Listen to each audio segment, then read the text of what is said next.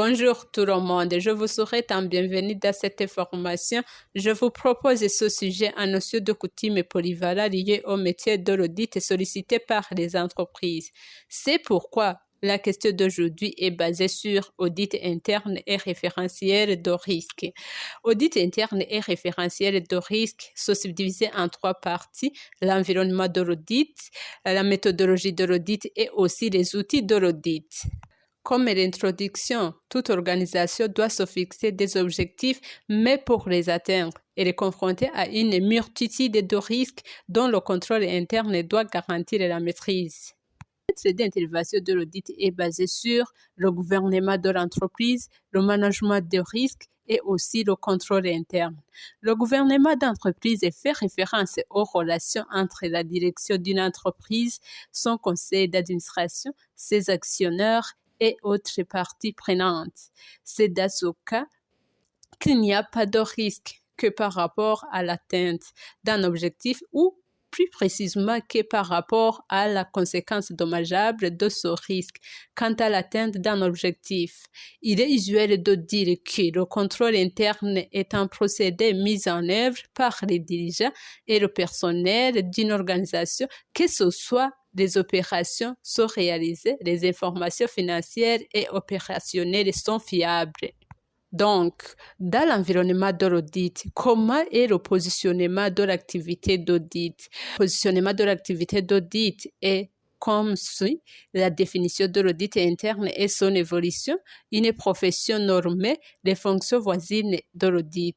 C'est pourquoi, comme l'audit interne est une activité indépendante et objective, s'appuie sur les principes internationaux dans l'intégrité, l'objectivité, la confidentialité et la compétence, suivant les normes de qualification et les modalités pratiques d'application dans la fonction émergente de contrôle interne. Comment on fait l'organisation de l'activité de l'audit?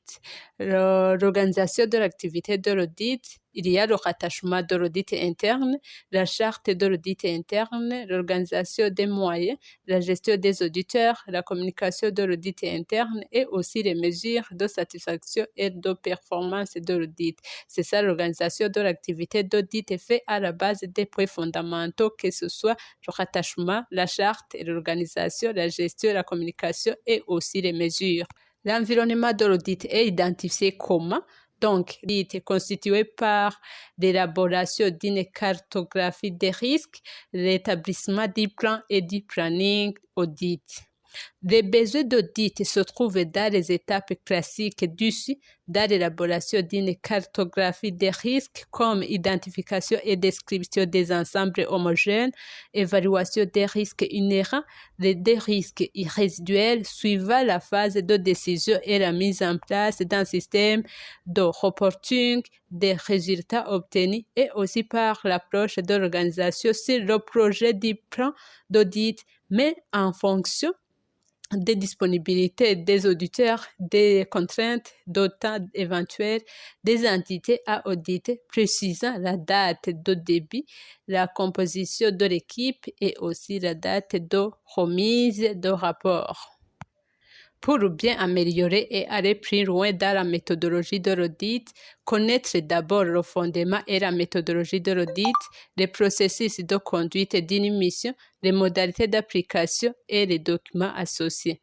La méthodologie de l'audit, l'objet principal d'une mission d'audit interne est l'étude de la maîtrise des risques de l'activité, l'analyse, l'examen, identification des lacunes, le suivi des recommandations, et aussi le rapport d'orientation des détails du programme de vérification.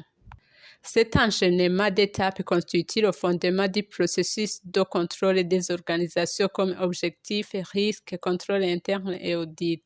Si vous avez des questions, envoyez le message sur email et cliquez sur s'abonner pour bien suivre ce métier. dans le rapport d'audit et sa validation. Donc, dans le rapport d'audit et sa validation, l'initialisation de la mission, préparation de la mission, lancement de la mission, conduite de vérification, rédaction des conclusions et validation. C'est ça les points principaux pour bien améliorer les compétences et la compétitivité qui visent les professionnels dans la méthodologie de l'audit. Si vous êtes intéressé, n'oubliez pas de s'abonner, de partager et aussi d'envoyer le message sur email. Merci pour votre écoute.